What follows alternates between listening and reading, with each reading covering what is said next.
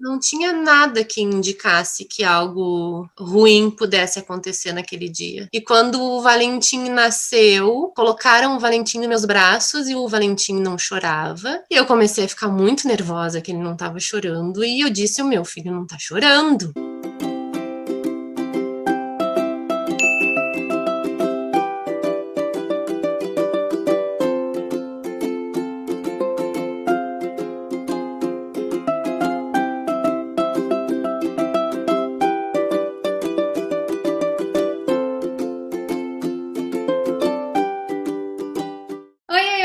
Muito bem-vindo ao canal Meu Cérebro e Eu sou a Jenny, prazer, para quem não me conhece, está chegando agora, é a sua primeira vez, então seja bem-vindo ao nosso canal. E se você está começando por esse vídeo, então pausa aí e vai lá no início, começa pelo começo, assiste um pouquinho da história desse canal, do porquê a gente criou isso aqui, e depois você volta para cá para acompanhar com a gente mais um pouquinho dessas histórias que a gente vai contar. Oi, Julie! Oi, Ana! Bem-vindas! Oi! Tudo bom? Eu sou a Julie. Tudo bem? Eu sou a Ana. Gente, hoje é a primeira vez que nós estamos aqui com 3 pessoas na tela. Você deve estar se perguntando, ué, o que tá acontecendo, né? Geralmente eu e a Julie que estamos aqui falando com vocês. E hoje nós temos uma convidada especial. A primeira convidada, né? Que honra, Ana. Estou me sentindo muito honrada. Que delícia ter aqui você com a gente. Seja muito bem-vindo. O canal é nosso, é seu, é do Iron, é de quem tá assistindo. Tá aqui, Vamos começar então falando por que a Ana tá aqui e eu já dirijo essa resposta aí para você, Julie. Por que nós convidamos a Ana e como vocês se conheceram? A Ana faz parte da minha vida da minha família, da vida do Iron, por um simples motivo e um motivo enorme ao mesmo tempo. A Ana é mãe do Valentim, que é um amiguinho muito próximo do Iron, mesmo que a gente não more na mesma cidade e mesmo que a gente não se conheça pessoalmente. Como que foi que vocês se conheceram? A Julie se tornou a minha musa inspiradora. Eu conheci a Julie, eu fazia parte de um grupo de mães com crianças atípicas e uma mãe trouxe uma mãe que fazia muitos tratamentos alternativos no seu filho, no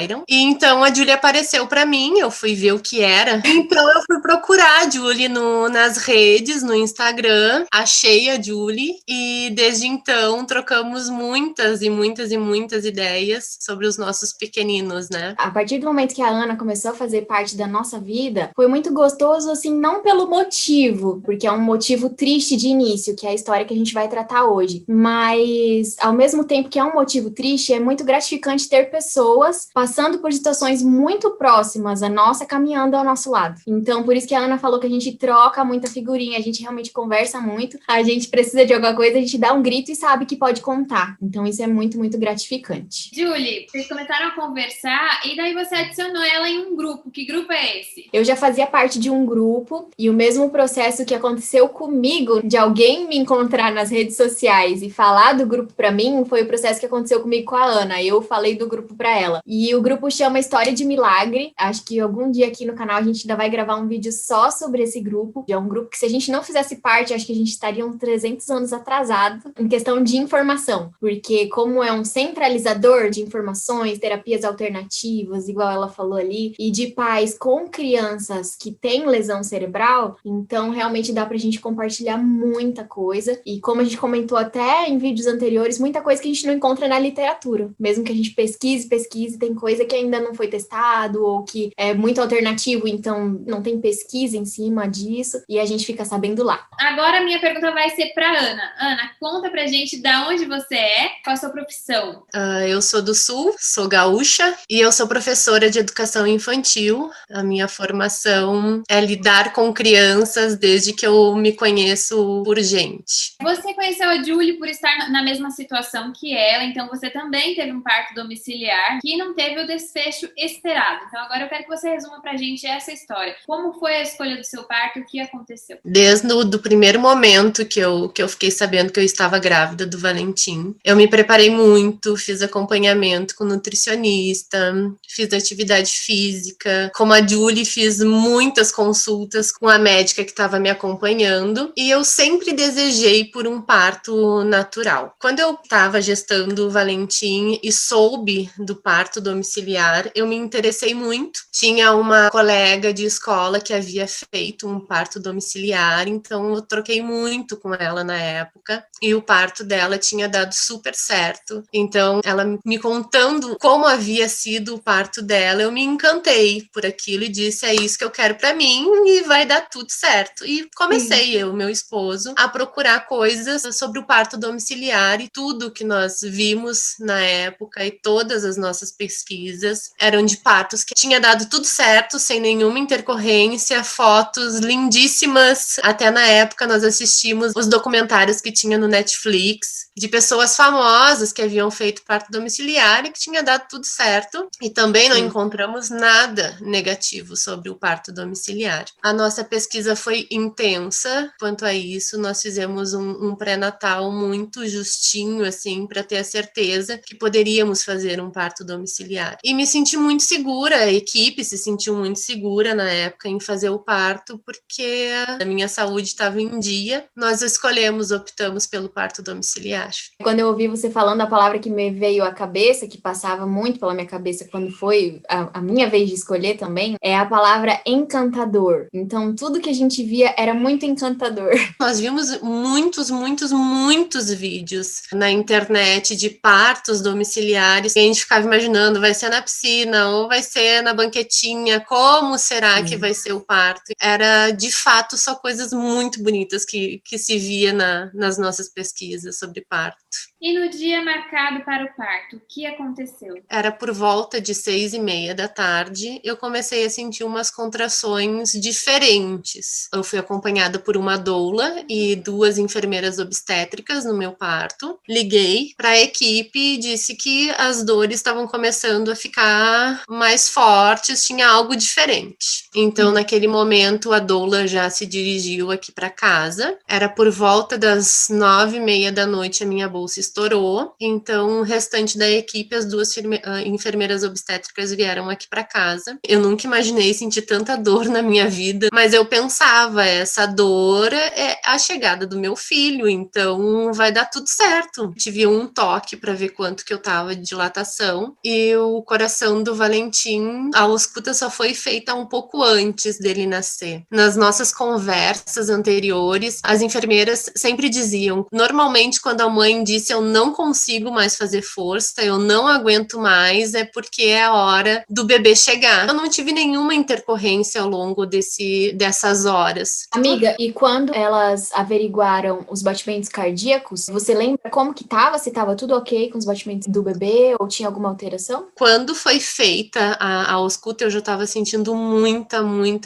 dor. Eu já tinha passado muito tempo no chuveiro. E até que eu fui pra banquetinha, e foi na banquetinha que fizeram a ausculta do Valentim, do batimento cardíaco. E eu vi que elas conversaram. A doula estava atrás de mim, o meu esposo estava do meu lado e as 2 na minha frente. E elas conversaram, mas no fim eu estava sentindo tanta dor que elas não me falaram nada, se estava normal, se não estava normal, e eu também não perguntei. Só que depois de muito tempo, vou te dizer que agora o Valentim tá com 2 anos, eu fui pegar os papéis do Valentim, porque eu costumo não ficar revivendo isso, porque as coisas que muitas vezes estão escritas nos laudos, assim, machuca muito. E eu vi que na nota de transferência da minha casa para o hospital, o batimento do Valentim estava 60.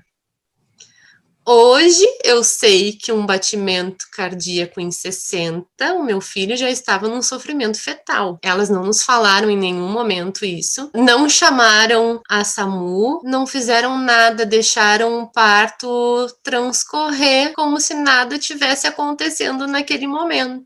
E quando o Valentim nasceu, colocaram o Valentim nos meus braços e o Valentim não chorava. Ele não estava roxo, só que ele não chorava. E eu comecei a ficar muito nervosa que ele não estava chorando e eu disse, o meu filho não tá chorando. E nisso elas tiraram o Valentim do meu colo e começaram a reanimá-lo na minha frente, não cortaram o cordão, reanimaram o Valentim, os batimentos cardíacos do Valentim voltaram logo em seguida, ele deu uma tossida como se tivesse engasgado com alguma coisa, saiu um líquido do narizinho dele, só que ele não chorou e começaram a ambuzar o Valentim. Nós ligamos para SAMU e na ligação da SAMU o atendente ficou discutindo o porquê nós havíamos feito um parto domiciliar. É inacreditável. E quando eu vi que a situação estava muito, muito, muito grave, eu comecei a gritar, pelo amor de Deus, manda alguém, porque o meu filho vai morrer. E nisso ele parou de discutir e a SAMU chegou. Só que detalhe, o que nos deu muita segurança em fazer um parto domiciliar, porque tem um hospital a 5 minutos da nossa casa. É interessante você falar isso, porque é um critério que muita gente realmente usa para fazer essa escolha, né? Ter um hospital próximo, como se fosse uma garantia. A gente acredita mesmo que é uma garantia, né? A gente acredita que é uma garantia, que a gente vai chamar a SAMU e a SAMU em 2 minutos vai estar na porta da nossa casa, querendo nos dar um atendimento de qualidade, mas isso não acontece, não aconteceu conosco. Você tem noção de quanto tempo demorou entre a ligação até eles chegarem e o Valentim chegar no hospital? Eu acho que o processo de reanimação do Valentim até a ambulância chegar demorou uns 20 minutos, acredito eu, uns 20, 30 minutos. Até nós chegarmos no hospital deve ter demorado uns 40 minutos. As nossas histórias, assim, se entrelaçam em muitos momentos com a Julie, porque eu fico pensando, se tivesse um aspirador naquela hora, um aspirador potente, como a Julie disse, hoje eu sei o que é uma aspiração efetiva. A equipe não tinha nenhuma pera, aquelas perinhas de farmácia, não tinham nada. Eu fico pensando, e concordo, tu vai fazer um parto domiciliar, porque tu quer trazer o teu filho no aconchego do teu lar, tu não quer aquele ambiente hospitalar, mas a equipe tem que estar muito preparada com todos os equipamentos possíveis e imagináveis. O Valentim também não foi usado oxigênio e tinha um cilindro de oxigênio. De repente, se ele tivesse sido aspirado naquela hora, ele teria conseguido respirar. São muitas perguntas que eu me fiz por muito tempo, me culpei por muito tempo pela escolha do parto domiciliar e que são respostas que eu não vou ter nunca. Hoje eu também penso muito, será que se eu houvesse tido nas minhas pesquisas algo diferente daquelas histórias lindas que a gente via de parto, será que a minha escolha seria diferente ou não? Eu me questiono muito disso e às vezes eu acho que não, que mesmo escutando histórias de partos com desfechos negativos, eu pensaria, comigo não vai acontecer. Que a gente nunca pensa que a gente vai fazer parte do 1%. A gente nunca pensa, na minha inocência eu pensava, se for dar alguma coisa de errado, eu vou me sentir mal, a minha pressão vai subir, a minha pressão vai descer. Nunca que eu podia imaginar que teria um desfecho desses no meu parto. Você sabe dizer o que aconteceu com o Valentim para ele nascer dessa forma? Tem algum motivo para ele ter nascido sem respirar? Não tem um motivo para ele ter nascido sem respirar. O período expulsivo do teu parto, ele foi demorado ou ele foi rápido? A gente ficou cerca de acredito eu, umas 2 horas ou 3 horas no desfecho final, assim, da expulsão do Valentim. Não sei se elas chegaram a te falar essas informações, quando ele começou a coroar, por exemplo, saiu a cabecinha, saiu logo o corpinho ou... Não, demorou. Entre elas me falarem que a cabeça dele já estava aparecendo até o Valentim nascer, eu acredito que tenha passado 1, 2 horas. Vale a gente ressaltar também é que ele não estava pélvico, né? No parto da Julie, no vídeo que a gente fez, o primeiro vídeo desse canal, a gente contou a história da Julie, mencionando aqui que o parto da Julie era pélvico. E muitas mães vêm falar, mas não era por causa disso. Realmente, o parto domiciliar não pode fazer se o bebê estiver pélvico. E aqui a gente mostra um caso de um bebê que estava cefálico e mesmo assim teve complicações, né? Uma semana antes do Valentim nascer, eu fiz uma eco e o Valentim estava encaixado, estava perfeito, estava com um bom peso. Não tinha nada que indicasse que algo ruim pudesse acontecer naquele dia. Quando a gente grava os vídeos e a gente vai contar a nossa história, com o objetivo mesmo de levar isso à frente, porque a gente sabe que no nosso caso a gente procurou e não encontrou nada. nada. As pessoas sempre arranjam argumentos para colocar como se foi apenas uma fatalidade. E eu acho que esses nossos vídeos, tanto o meu quanto o seu, não podem vir com esse intuito de mostrar que foi apenas uma fatalidade. É justo o contrário. Talvez se fosse apenas uma fatalidade, a gente não precisasse gravar e contar os detalhes e reviver algo que fez a gente sofrer tanto. Eu acho que a gente está vivendo em um período onde a gente tem opções e a gente tenta escolher as melhores, e foi o que a gente pensou estar fazendo. E a gente veio aqui justo para mostrar os furos, os buracos, os rombos que existem nesse planejamento do parto domiciliar. Então, tudo que a Ana falou ali são coisas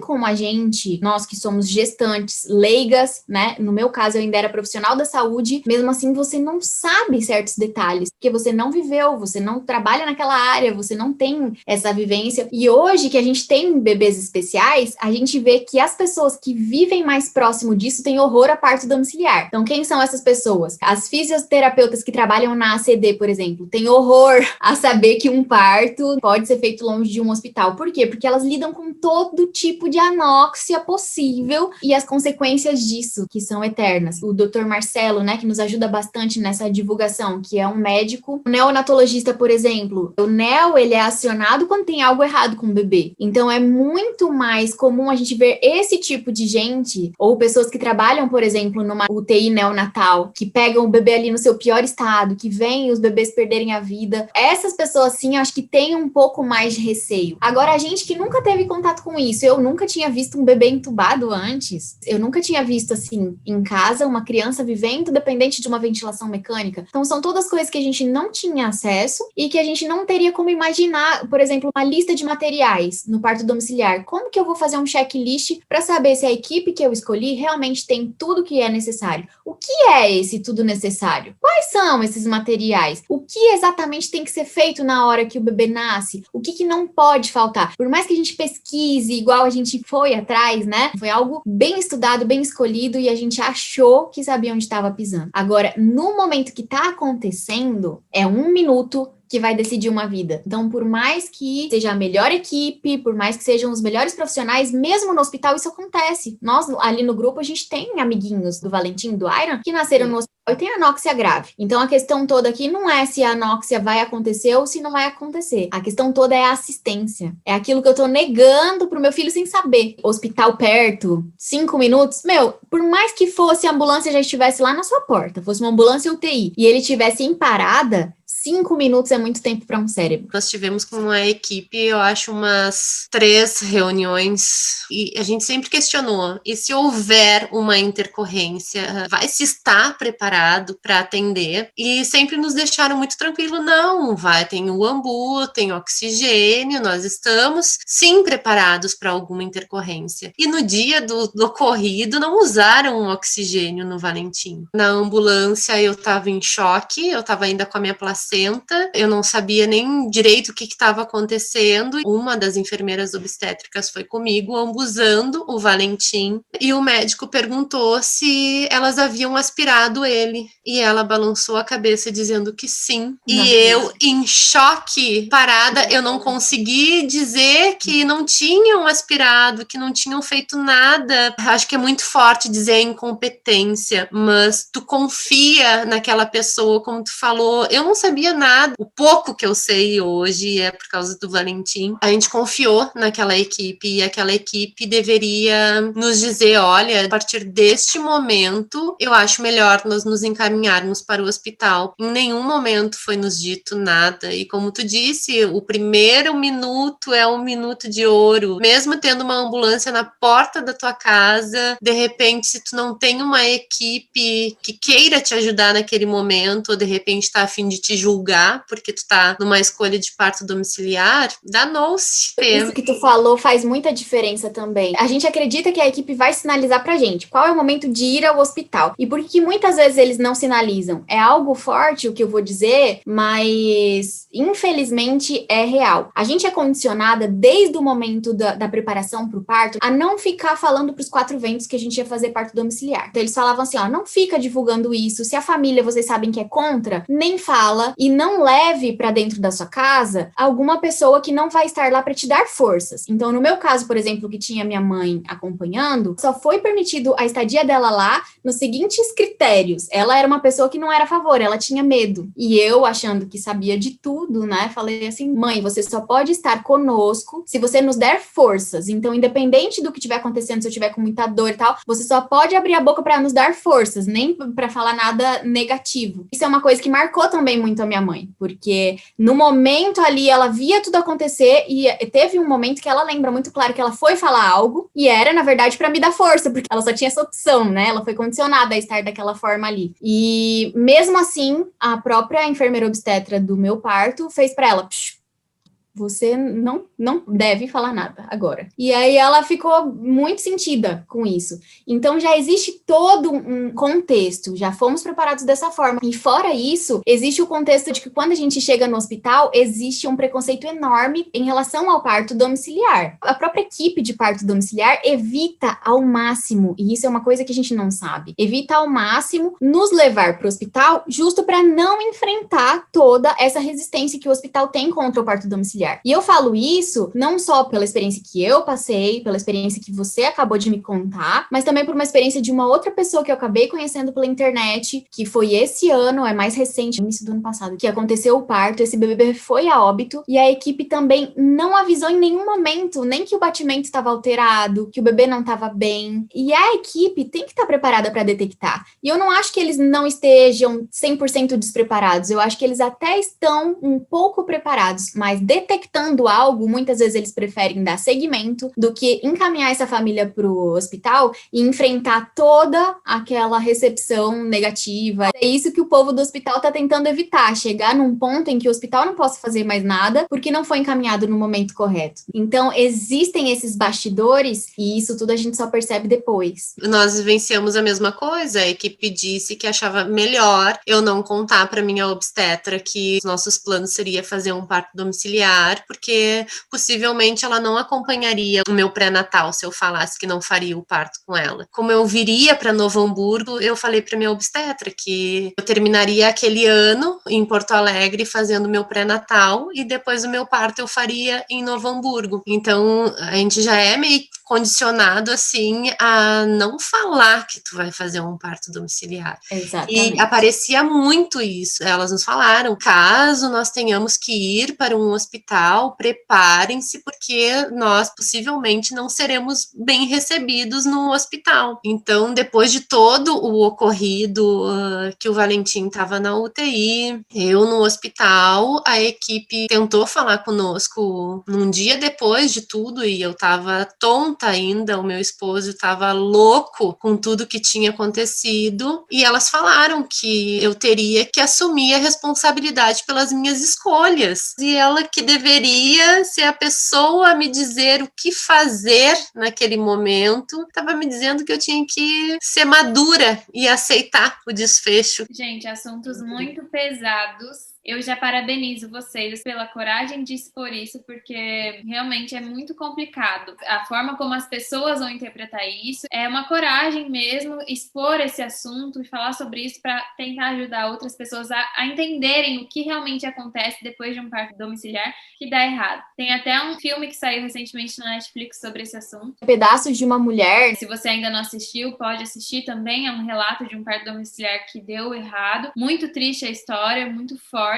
Agora conta pra gente, Ana, quais foram aí as consequências do parto domiciliar na vida do Valentim? O que vocês têm enfrentado aí desde então? O Valentim, ele teve uma anóxia muito severa, uma falta de oxigênio no cérebro muito significativa. Depois da nossa chegada no hospital, o Valentim ficou 3 dias nesse primeiro hospital que nós fomos levados pela SAMU, e depois nós tínhamos plano de saúde. Eu nunca tive plano de saúde, e quando eu fiquei grávida, o meu esposo disse: não, tu vai fazer um plano de saúde, nós vamos fazer. Ele já tinha muito tempo, eu disse: então tá bom, então vamos fazer um plano de saúde. Graças a Deus eu escutei meu esposo na época. Depois de 3 dias que o Valentim, mesmo entubado, conseguiu estabilizar, nós fomos removidos para um outro hospital particular aqui em Novo Hamburgo. Então, lá, o Valentim não acordava, o Valentim não teve movimento nenhum. No primeiro dia, o Valentim teve 2 crises convulsivas muito fortes. Então, nesses nossos 48 dias de internação, ele recebeu estímulo de fono para ver se ele tinha algum movimento de sucção, se ele poderia mamar, não teve. Depois de 21 dias, o Valentim teve uma pequena abertura, assim, do olhinho, mas o Valentim não tinha muitas reações. Foi feita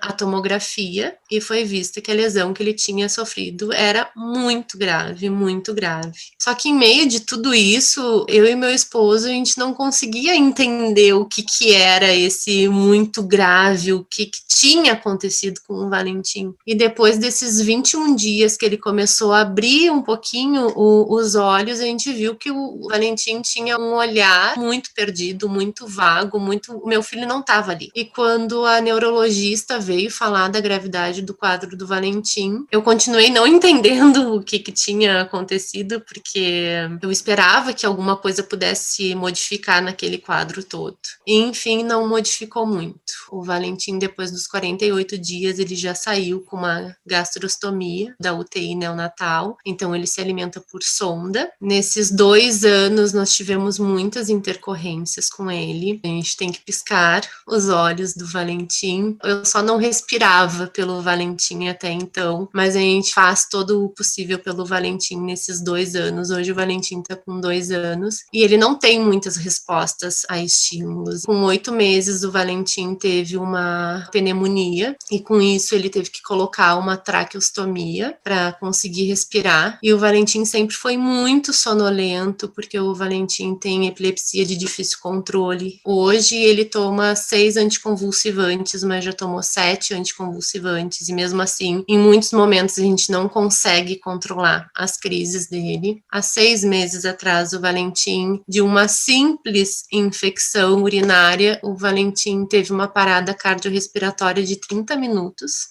Como a Julie disse, que a gente tem que estar em constante alerta em todas as infecções. E dessa parada cardiorrespiratória que ele teve, ele ficou dependente de ventilação mecânica. Depois dessa parada, nós ficamos 4 meses com ele internado na UTI do hospital. Nós não tínhamos home care na época. Então, depois que a gente conseguiu tirar o Valentim de dentro do hospital e trazê-lo para casa, a gente segue num constante desafio por tratamento e por uma qualidade de vida para o Valentim. Ainda hoje a gente vê a gravidade do quadro dele, né? E por mais que a gente faça muitas terapias no Valentim, muitos tratamentos alternativos, graças a Deus a gente tem alguns ganhos com o Valentim, apesar de toda a gravidade do quadro dele. Um piscar de olhos do Valentim é um presente, um mini movimento que ele faz com a mãozinha é um presente. O Valentim foi desacreditado desde o momento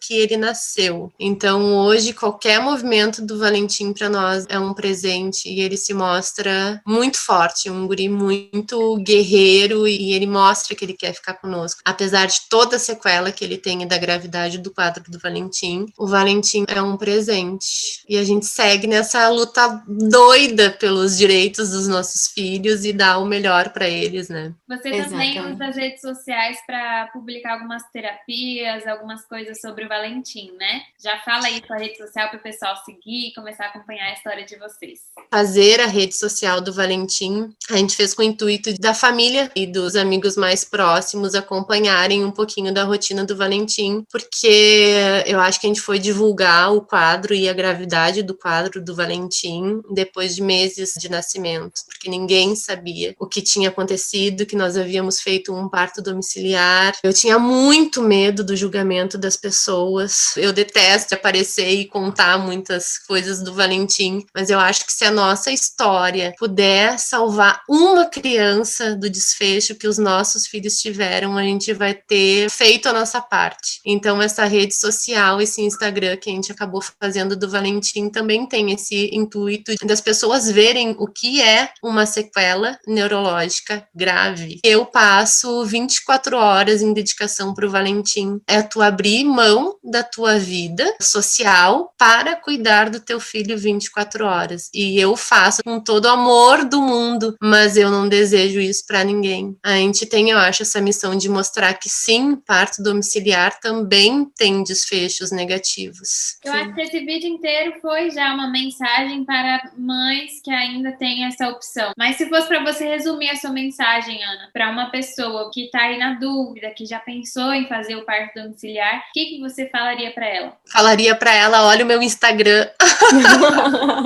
E o meu também.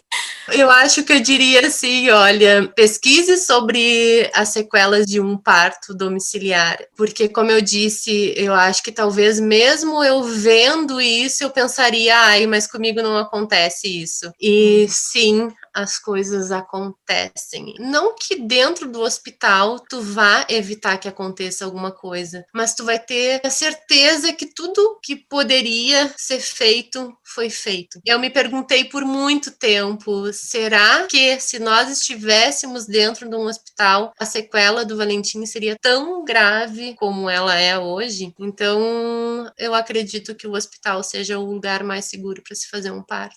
Por mais que a gente viva histórias tão parecidas, né? Eu me emocionei muito em vários momentos que você falou, e eu acho que duas coisas eu queria destacar. Uma dessas coisas foi quando você falou sobre a culpa. Isso realmente repousa sobre nós. Eu falei também sobre isso no meu vídeo. A gente, como mãe, já se culpa naturalmente. E numa situação dessa, então, a gente acaba se culpando o dobro e muitos acabam nos culpando também. Então, essa coisa que você falou de se apresentar para a sociedade e assumir a escolha que você fez, é pesada. Nós somos responsáveis por aquilo que nós escolhemos e a culpa, ela é algo diferente. Acho que ela é algo que te esmaga e que não te dá espaço para respirar, para sobreviver e para fazer algo sobre. E muitas vezes a gente não consegue se livrar dela, né? Eu, por exemplo, faço terapia e não sei até quando vou. Se puder para sempre, eu vou fazer. É necessário que a gente deixe ela de lado no seguinte sentido, de não carregar algo que não nos pertence. Por mais que a gente fale da própria equipe que fez o parto, a gente também em nenhum momento tenta apontar o dedo e culpar, porque é igual a gente comentou aqui, poderia ter acontecido algo em outro lugar, mas não estavam preparados? Não estavam. Agiram de forma errada? Agiram de forma errada. Não seguiram os protocolos necessários de um nascimento? Não seguiram os protocolos necessários. Então, eles são responsáveis. Nós fomos responsáveis pela nossa escolha, por isso a gente veio aqui hoje falar sobre isso, e por isso a gente cuida dos nossos filhos com tanto carinho, com tanto amor, e a gente cumpre isso com um amor maior do que qualquer um poderia ter. E a outra coisa que eu queria ressaltar também foi aquilo de você falar, né, que a partir do momento que você escutou a minha história, algo acendeu dentro de ti, de você contar a tua também. Eu agradeço muito, acho que com certeza foi Deus que tocou no teu coração. Quando eu conheci a tua história, eu fiquei pensando justo isso, porque o Valentim nasceu depois do Iron, né? O Iron tem 3 aninhos e o Valentim tem 2. Então é impossível eu não pensar isso. Será que se eu tivesse divulgado mais? Será que eu tivesse feito mais força? Hoje a gente continua nessa tentativa. Então, se você que está assistindo o vídeo hoje puder compartilhar, puder deixar aí seu comentário e puder colocar isso pra frente, a pessoa escolhendo o tipo de parto que ela quer, por mais que escolha um parto domiciliar assistindo a nossa história, pelo menos ela vai ter tido essa oportunidade. Ela vai escolher com mais informações